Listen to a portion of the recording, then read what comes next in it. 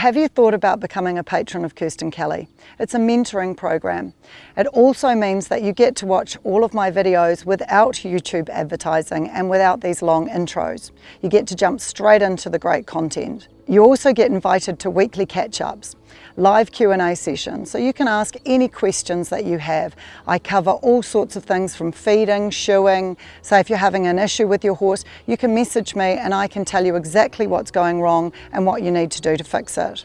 I also have, for my top tier patrons, a system where you send me videos each week of yourself riding and I critique them. I send them back and tell you what you're doing right, what needs improving, and what we're going to do next to make your performance even better. If you'd like to become a patron of mine, check out the link in the description of this video below.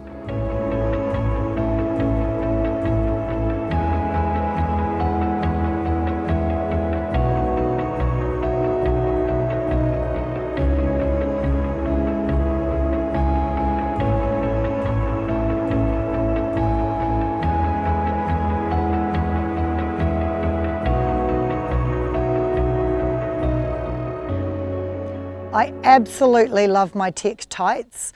I wear them all the time. They're fabulous because they're super sticky, so you don't feel like you're going to fall off, but also if you have a fat day, they're super stretchy as well. So if you would like to get a pair of these tights, I have a deal with them, and if you put Kirstin Kelly 10 in the coupon when you check out, you get one of these cool belts for $10. Kelly. Today I'm going to talk about jumping on different surfaces. So of course, when the footing is perfect, you just ride as normal.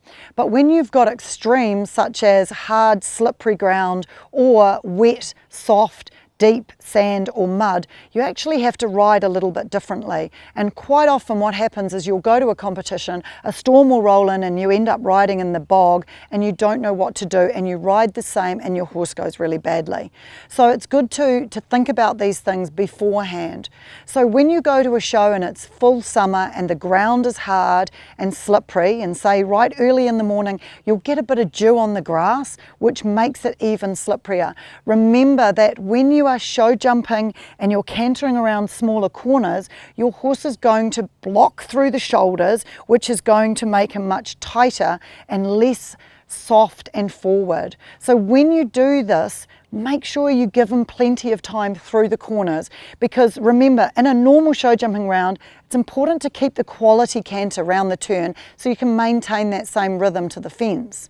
But if he's coming around the corner and he's jacking up and he's getting quite tight, you'll probably need to move the canter up very slightly after he's come wooden around the turn.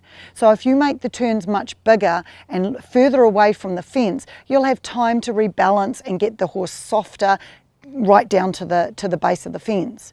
Now the opposite extreme is if you have a horse and he's at a competition and it's really boggy and deep, you just think about what that's like when you're walking yourself. It really sucks the energy out of your step.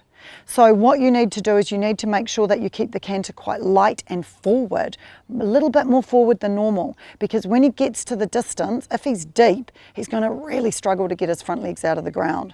So to have a slightly more forward canter, you're more likely to get a softer distance, not so deep, and what you want to do is keep coming nice and forward with an energized canter so that he feels like he can jump out of the mud and still be nice and positive and clean. It's really important to think about the studs you put in as well, and on my website Kirstin Kelly Equestrian you'll find I've written a blog about choosing the studs for different weather as well. Thanks for watching, guys. This brings us to the end of this lesson. If you'd like to join up as a patron, please check out my website, Kirstin Kelly Equestrian. Have heaps of information there. Get early access, no adverts, and heaps of other benefits.